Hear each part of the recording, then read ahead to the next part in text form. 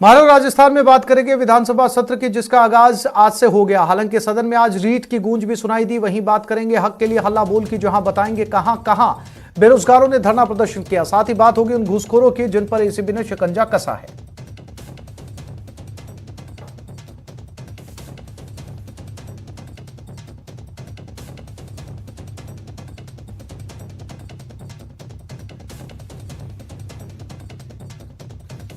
और बुलेटिन की शुरुआत करते हैं टॉप 10 ब्रेकिंग से।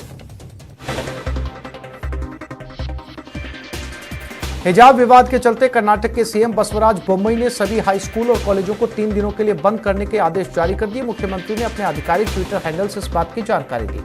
उन्होंने छात्रों, स्कूल, कॉलेज प्रबंधन से शांति बनाए रखने की अपील की है। कर्नाटक में चल रहे हिजाब विवाद पर नोबेल पुरस्कार विजेता मलाला यूसुफजई ने बड़ा बयान दिया। उन्होंने कहा कि हिजाब पहनकर मुस्लिम लड़कियों को कॉलेज जाने से रोकना भयावह है। उन्होंने ट्वीट किया कि कम या ज्यादा कपड़े पहनने के लिए महिलाओं का अपमान किया जाता है। कांग्रेस महासचिव प्रियंका गांधी वाड्रा ने आगामी विधानसभा चुनाव के लिए लखनऊ में पार्टी का घोषणा पत्र जारी किया। इस मौके पर प्रियंका गांधी ने कहा कि कांग्रेस की सरकार बनने पर 10 दिन में किसानों का कर्ज माफ किया जाएगा। शिवसेना सांसद संजय राउत ने राज्यसभा के सभापति वेंकैया नायडू को चिट्ठी लिखी। राउत ने ईडी पर गंभीर आरोप लगाते हुए कहा कि उन पर महाराष्ट्र की सरकार गिराने का दबाव बनाया जा रहा है। राउत ने कहा कि कुछ दिन पहले ईडी के अधिकारी उनके पास आए और कहा कि सहयोग नहीं करोगे तो खामियाजा भुगतना पड़ेगा।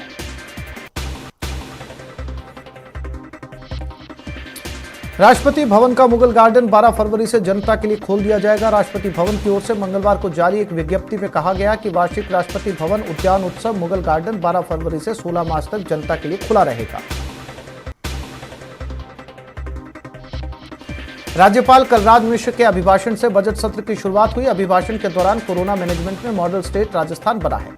कोरोना के दौरान 33 लाख परिवारों तक मदद पहुंचाई गई। जयपुर में बीजेपी विधायकों ने रीट पेपर लीक और किसान कर्ज माफी को लेकर प्रदर्शन किया। इस दौरान बीजेपी विधायकों ने सरकार के खिलाफ नारेबाजी करते हुए विधानसभा पहुंचे। राजस्थान लोक सेवा आयोग की ओर से आरएस मुख्य परीक्षा 25 और 26 फरवरी को आयोजित होने वाली है, जिसकी तारीख को आगे बढ़ाने की मांग को लेकर आज अजमेर में सैकड़ों अभ्यर्थियों ने आयोग दफ्तर के बाहर जमकर प्रदर्शन किया और ज्ञापन सौंपा।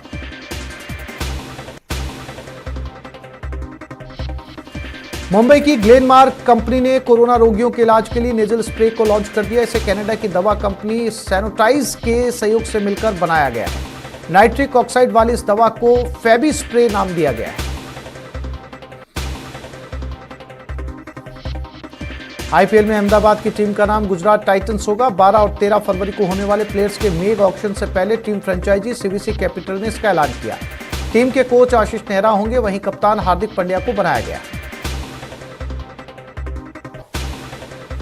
और 12 में सड़क हादसा हुआ। बेकाबू होकर एक कार पलट गई। हादसे में 2 लोगों की मौत हुई। हादसे में 8 लोग घायल हुए। 5 गंभीर घायलों को 12 रेफर कर दिया गया। NH 27 पर मामूनी के पास ये हादसा हुआ है। तो 12 में सड़क हादसे में एक कार पलट गई, जिसमें 2 लोगों की मौत हो गई।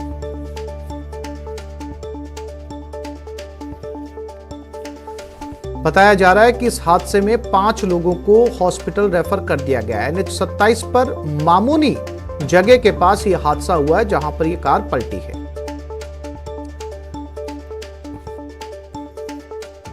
इस हादसे में 2 लोगों की मौत हो गई, 5 लोग घायल हैं, उन्हें हॉस्पिटल ले जाया गया है।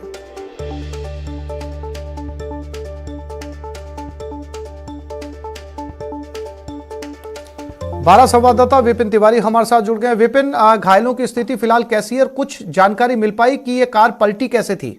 बिल्कुल बिल्कुल बताना चाहूंगा कि ये जो है कोटा से मध्य प्रदेश के झांसी की तरफ जा रहे थे, उत्तर प्रदेश के झांसी जा रहे थे किसी शादी समारोह में करने, क्योंकि लग्जरी कार थी तो जाहिर सी बात है राष्ट्रीय राजमार्ग पर तेज चल रही थी। इसी दौरान अचानक गाय आ गई, जिसको बचाने के चक्कर में जो है चालक ने अपना नियंत्रण खो दिया कार का और ये कार पलटती हुई डिवाइडर से टकरा गई। हादसा इतना भीषण था कि कार के परकच्चे उड़ गए हैं, 2 लोगों की मौके पर ही मौत हो गई है। वहीं एक जो घायल है, जिसे बारह अस्पताल लाया गया था 5 घायलों को, जिनमें से एक घायल ने यहाँ अस्पताल में इलाज के दौरान दम तोड़ दिया है।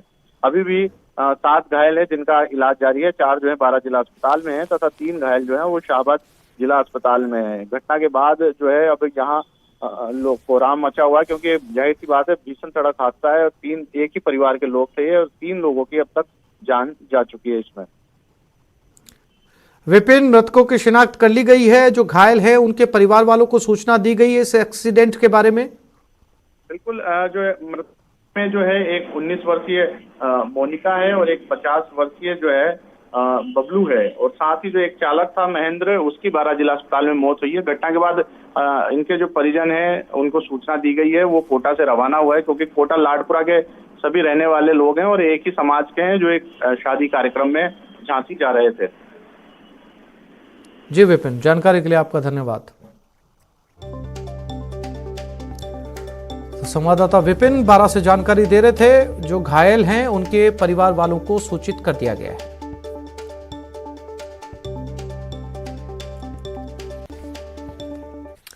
और अब बात हादसों की खबर की करते हैं। टीवी स्क्रीन पर आप 4 तस्वीरें देख रहे हैं। पहली तस्वीर अजमेर की है, यहां स्कॉर्पियो कार ने जायरीन को कुचल दिया। हादसे में 5 लोग घायल हो गए। दूसरी तस्वीर जैसलमेर की, यहां बेकाबू बस पलट गई। हादसे में 7 होमगार्ड जवान समेत 15 लोग घायल हो गए। तीसरी तस्वीर कोटपुतली की, यहां रिको चौराहे के पास 2 वाहनों में टक्कर हो गई। हादसे में बाइक सवार कांस्टेबल घायल हो गया। चौथी तस्वीर राजसमंद की, जिले के भीम थाना इलाके में कार की टक्कर से स्कूटी सवार की मौके पर दर्दनाक मौत हो गई।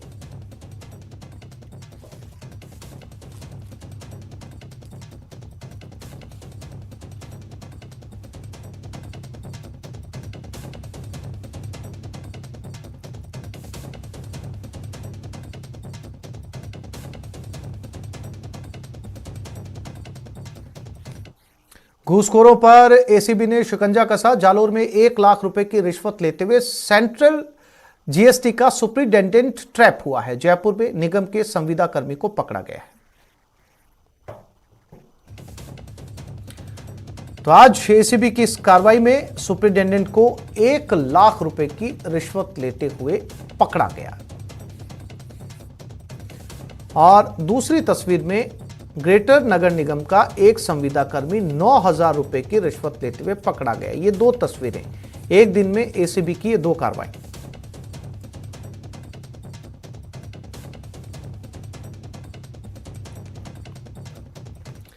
जालोर एसीबी की बड़ी कार्रवाई, सेंट्रल जीएसटी का सुपरिटेंडेंट ट्रैप हुआ। 1 लाख रुपए की घूस लेते हुए गिरफ्तार हुआ। 2 लाख रुपए की डिमांड की थी।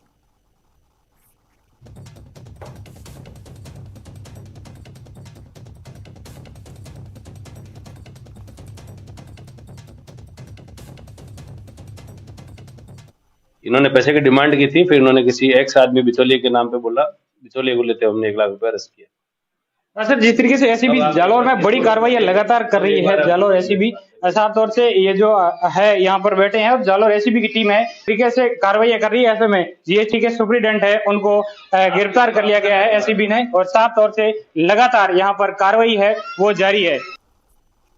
इधर जयपुर में एसीबी ने घूसखोर संविदा कर्मी को ट्रैप किया। नगर निगम ग्रेटर में एसीबी ने कार्रवाई की। संविदा कर्मी को 9,000 की रिश्वत देते हुए दबोचा गया। संविदा कर्मी पंकज चौधरी को गिरफ्तार किया गया। यूडी टैक्स से जुड़े मामले में रिश्वत मांग रहा था। जयपुर नगर निगम ग्रेटर में यूडी टैक्स कलेक्शन करने वाली स्पेरो कंपनी के संविदा कर्मचारी को यहां पर जो है वो ट्रैप किया गया है। बताया जा रहा है कि यूडी टैक्स के नाम पर, कलेक्शन के नाम पर जो बकाया टैक्स होता है उसकी वसूली का काम यहां पर स्पेरो कंपनी को दिया गया था। कंपनी का काम था कि जो बकाया यूडी टैक्स है वो सही यूडी टैक्स जो है वो जमा हो, लेकिन कंपनी के कर्मचारी नगर निगम के जो खाता है, जो राजस्व जो जमा होता है, उसमें सेंध लगाते हुए नजर आए। और ये जो आरोपी है, ये आपको नजर आ रहा तस्वीरों में, जिसने लाखों रुपए की यूडी टैक्स को अपने स्तर पर एडजस्ट करने के लिए 9,000 रुपए की रिश्वत जो लेते हुए इसे रंगे हाथों जो है जयपुर एसीबी की टीम ने यहां पर ट्रैप किया है। आपको बता दें कि जयपुर में ऐसे अनेकों मामले हैं शहर के अंदर जहां पर यूडी टैक्स कलेक्शन के नाम पर एक बड़ा कॉन्ट्रैक्ट स्पेरो कंपनी को दिया गया। कंपनी का काम है कि जो बकाया टैक्स है उसकी वसूली की जाए और नगर निगम में जमा कराया जाए। उसके बदले में स्पेरो कंपनी को नगर निगम जो है कुछ प्रतिशत की राशि जो है वो मेहनताने के तौर पर देता है। कंपनी ने ऐसे कई कर्मचारी जयपुर शहर में रखे हुए हैं जिनका काम है, फर्ज है कि वो यूडी टैक्स का कलेक्शन करें, घर घर को जाकर नापें। और निकायों की जो आर्थिक स्थिति खराब है, यूडी टैक्स उसके लिए बहुत महत्वपूर्ण साबित होता है और उसमें सेंध लगाने का काम इस कर्मचारी ने किया है। इस कर्मचारी को यहाँ पर गिरफ्तार किया गया है, जो कि अपना मुंह छुपा रहा है। ये मुंह छुपाने की जरूरत इसलिए पड़ रही है क्योंकि 10,000 रुपए की रिश्वत इस व्यक्ति ने ली है। और ये आरोपी, इस तरह के कई आरोपी नगर निगम में है जो लोग इस तरह की करतूतों को अंजाम देते हैं और जनता की जो गाड़ी कमाई का पैसा है, जो टैक्स का पैसा है, उसमें सेंध लगाते हुए नजर आते हैं। नगर निगम एक ऐसा अड्डा बन चुका है जहां पर लगातार इस तरह की शिकायतें मिलती है और जयपुर एसीबी की टीम ने यहां पर कार्रवाई की है। स्पेरो कंपनी के इस कर्मचारी को गिरफ्तार करने वाली जो एसीबी की टीम के अगुवाई कर रहे हैं एसपी हमारे साथ में मौजूद है नरोत्तम जी। सर, किस तरह की कार्रवाई है? यूडी टैक्स के एडजस्टमेंट के नाम पर तो कई शिकायतें मिलती, लेकिन पहली बार ट्रैप की कार्रवाई हुई है नगर निगम में। इसमें जो है नगर निगम ने स्पैरो कंपनी है, उसको यूडी टैक्स देना और सर्वे करवाना प्रॉपर्टीज का, ये सारा काम दे रखा है। और अब बात उन मुलाकातों की जो कि सुर्खियां बटोर रही हैं। आज सियासत की दो अलग अलग धुरी एक साथ नजर आई। एक और जहां विधानसभा के बजट सत्र के दौरान सीएम अशोक गहलोत पूर्व सीएम वसुंधरा राजे के बीच साथ बातचीत करते हुए नजर आए, वहीं दूसरी तस्वीर सीएम गहलोत और नेता प्रतिपक्ष गुलाबचंद कटारिया की है, जो कि एक साथ नजर आए। मौका था कॉन्स्टिट्यूशन क्लब के शिलान्यास कार्यक्रम का, जहां दोनों एक दूसरे से संवाद करते हुए नजर आए।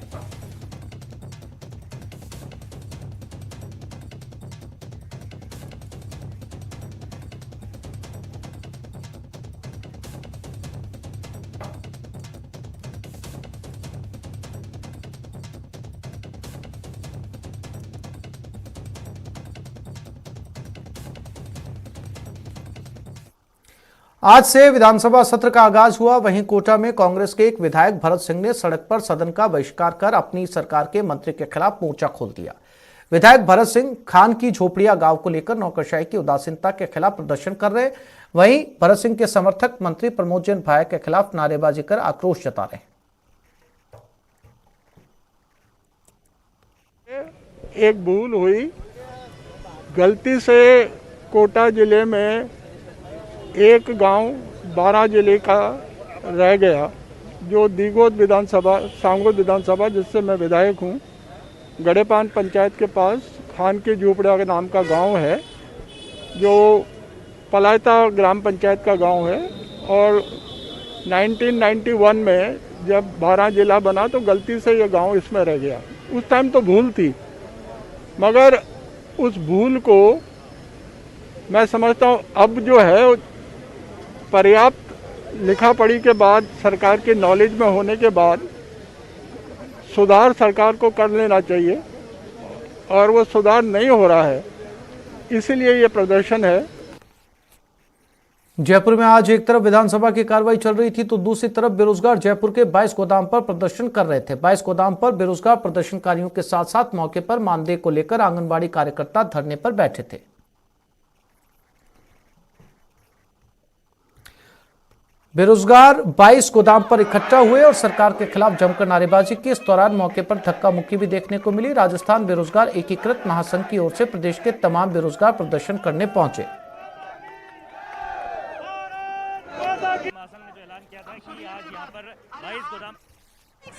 पोस्ट में क्या होगा? 461 पोस्ट कुछ भी नहीं होती हमारे लिए। अब पीटीआई में कितने सारे, सबसे ज्यादा फर्जीवाड़ा है इसमें। जॉब इतने वैकेंसी पे कब तैयार ही निकल। अब मैं पिछले 2 साल से आश्वासन नहीं मिल रहा है। 2019-20 बजट घोषणा है, अभी तक हमारी पूरी नहीं हो रही। रीट की सीबीआई मांग होनी चाहिए, और बड़े बड़े जो नेता अधिकारी जो मिले हुए हैं उनको कम से कम फांसी होनी चाहिए। इससे आगे अच्छा मैसेज आए और बेरोजगारों के साथ न्याय हो। सर, अनुदेशक वैकेंसी को 13 साल होगी, अभी कोई वैकेंसी है नहीं आई। आप कौन सी परीक्षा? पीटीआई की बीपीएड किया हुआ है। बीपीएड योग्यताधारी भी काफी अभ्यर्थी जो है वो यहाँ पर दिखाई दे रहे हैं। सर एसआई भर्ती से हूँ सर मैं। कौन सी एसआई? Sub inspector Rajasthan. कौन से वर्ष की? ये भी सर पिछले ही दिनों हुई है सर, 2021 में हुई है सर। उसमें क्या समस्या आ गई? सर उस ऐसा पेपर तो मैंने कभी देखा नहीं है सर, मोबाइल तक अंदर गए उसके अंदर। ऐसा क्या चाहते हैं उसमें? रद्द दो भर्ती सर। इसको भी रद्द करना सर। 850 तो पत्ते, 500 से ऊपर धान ली हुई है। क्या करेगा युवा बेरोजगार? 4 सालों से हम यहाँ पढ़े हैं सर। जब 500 ज्यादा पोस्टें बिके तो हम क्या करेंगे पढ़ने वाले युवा? 290 नंबर है सर। पिछली बार कटो 300 पास गई थी, इस बार 315 चली जाएगी। इससे क्या होगा? 350 पे नंबर नहीं है सर हमारा। हम लैब टेक्नीशियन रेडियोग्राफर भर्ती से हमने कोरोना जैसी महामारी का सरकार का फर्स्ट लहर में साथ दिया, कोरोना वायरस सेकंड लहर में साथ दिया, और तीसरी लहर में सरकार का साथ दिया। पर सरकार हमारे जो 369 लैब टेक्नीशियन के पास, 32 के बाद रेडियोग्राफर की भर्ती के बाद उनको बढ़े हुए पदों, हम सरकार से ये कहते हैं हमारे जो बढ़ाए गए आपके पद, उन पदों पे कार्रवाई कर दो। हम जो बढ़ाए, हमको बड़े बढ़ा दीजिए, हमारे पीटीआई के पदों को मेरी 5 महीने की बेटी है। रेडियोग्राफर लैब टेक्नीशियन भर्ती में जो चल रही बाधा है, जो 369 पद हैं लैब टेक्नीशियन के और 83 पद हैं जो रेडियोग्राफर के हैं, वो सरकार ने हाल ही में घटा दिए हैं। तो हमें रिक्वेस्ट है सरकार से, हमारे बढ़ाए हुए पदों को वापस। संगणक भर्ती हमारी 5 साल में पहली बार भर्ती आई है। 250 पदों के लिए आई है, 511 पद होने चाहिए संगणक में। सर पिछले 9 साल से पंचायत राज की भर्ती नहीं निकली हुई है। हम 2 साल से यहाँ पे धरना दे रहे हैं, फिर भी हमको बेवकूफ बनाया जा रहा है। 2019 और 20 में यहाँ पे बजट पास करना था, लेकिन अभी तक नहीं हुआ। ये 2100 प्लस 539 तक कैसे निकलनी है जो अभी तक नहीं निकली। हम बेवकूफ है जो यहाँ पे बैठे हैं। लाखों की संख्या में स्टूडेंट है सर, 461 पद से होगा क्या 8 साल में हुआ है, जैसा हाल है। हम बेरोजगार शारीरिक शिक्षक संघ से हैं और हम ये बोलना चाह रहे हैं कि पीटीआई के जो पदों पर 461 पदों पर भर्ती की जो निकाली जा रही है, ये ऊंट के मुंह में जीरा है। और बिहार जैसे राज्यों में लगभग 9000 पदों पर भर्ती निकाली जा रही है। एक स्कूल एक पीटीआई का नियम होना चाहिए। हमारी मांगे पूरी करो। जयपुर में आंगनबाड़ी कार्यकर्ताओं का प्रदर्शन, कार्यकर्ताओं की मानदेय बढ़ाने की मांग, पुलिसकर्मियों ने प्रदर्शनकारियों का रास्ता भी रोका था। महिला को सड़क पे बैठना पड़ता है, ये हमारी मजबूरी है, क्योंकि हमें मानदेय इतना कम मिलता है कि हम हमारा परिवार नहीं चला सकते। हम कहते हैं कि हमें नियमित किया जाए, राज्य कर्मचारी घोषित किया जाए, लेकिन राज्य कर्मचारी तो बहुत दूर की बात है, लेकिन कम से कम सरकार हमें इतना मानदेय दे 21,000, ताकि हम हमारा परिवार का पालन पोषण सही तरीके से कर सकें।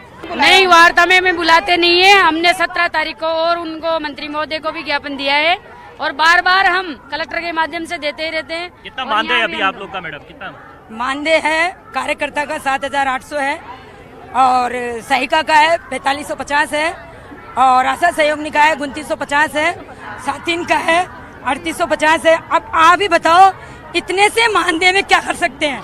इसमें तो महीने का दूध भी नहीं आता है। आप कहाँ से आए मैडम? खेरवाड़ा से। अच्छा, मतलब प्रदेश के अलग अलग जगहों से आप? प्रदेश के हम पूरे राजस्थान प्रदेश की महिलाएं मजबूर होके आई है यहाँ। हम हर बार ज्ञापन देते हैं, लेकिन मंत्री जी आश्वासन ही आश्वासन देते हैं। हमें आश्वासन नहीं चाहिए, हमें चाहिए मानदेय बढ़ाए। हाँ मैडम बोलिए। हाँ जी, किस तरह की मजदूरी सुप्रीम कोर्ट की 3 कैटेगरी में बांट रखा है, अकुशल, अर्धकुशल और कुशल। उसी प्रकार से जैसे कुशल को देते हैं 680 रुपए, अकुशल को देते हैं 500 रुपए, अर्धकुशल को 500 रुपए, अकुशल को 400 कुछ रुपए, उसी प्रकार हमारी भी एक न्यूनतम मजदूरी कर दी जाए। एक छोटे से ब्रेक के लिए रुक रहे हैं, चल लौटेंगे।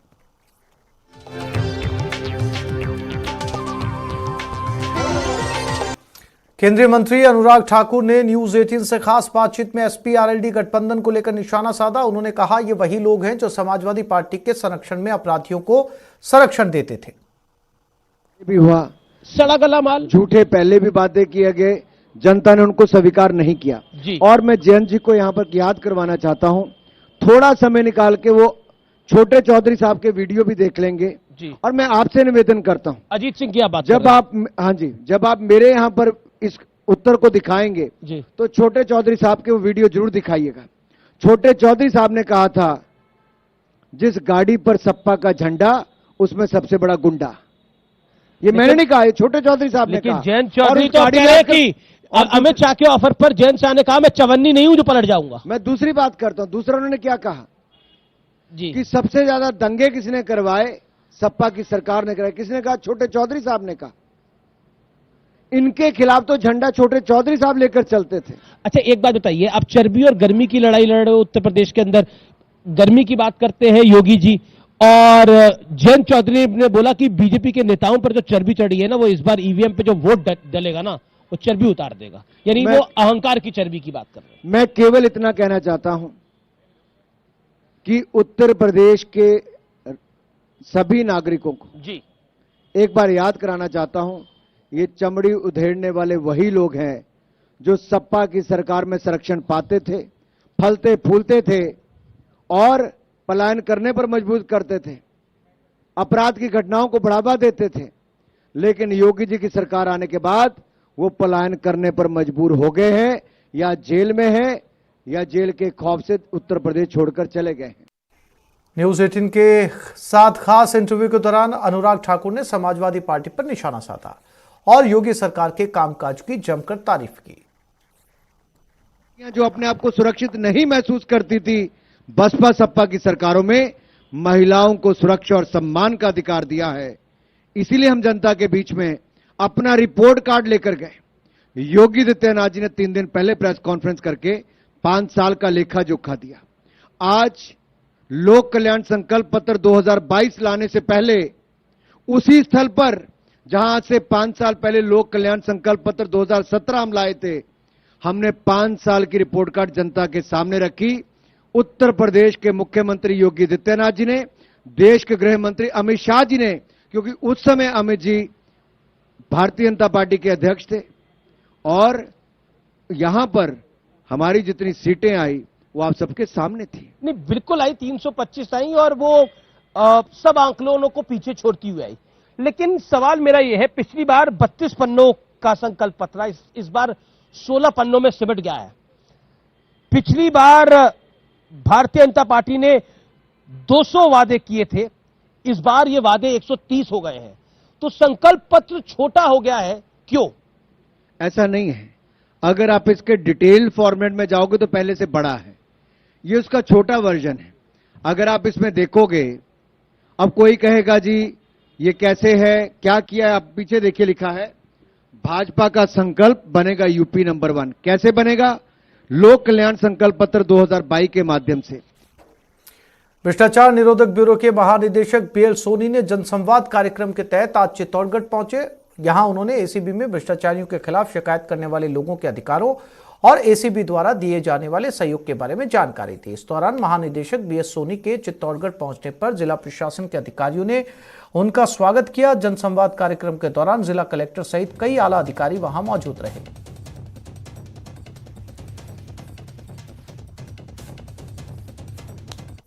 भरतपुर में दिन दहाड़े फायरिंग, गोलीकांड से शहर में दहशत मच गई। गोली लगने से एक युवक गंभीर रूप से घायल हुआ। युवक को आरबीएम अस्पताल में भर्ती करवाया गया। 2 बाइक पर बैठकर आए 6 बदमाशों ने वारदात को अंजाम दिया। शहर के हीरादास चौराहे के पास की घटना बताई जा रही है।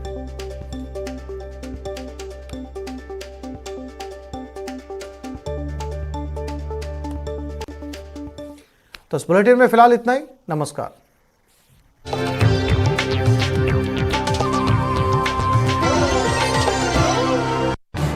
इस न्यूज हेडलाइंस के प्रायोजक पेट सफा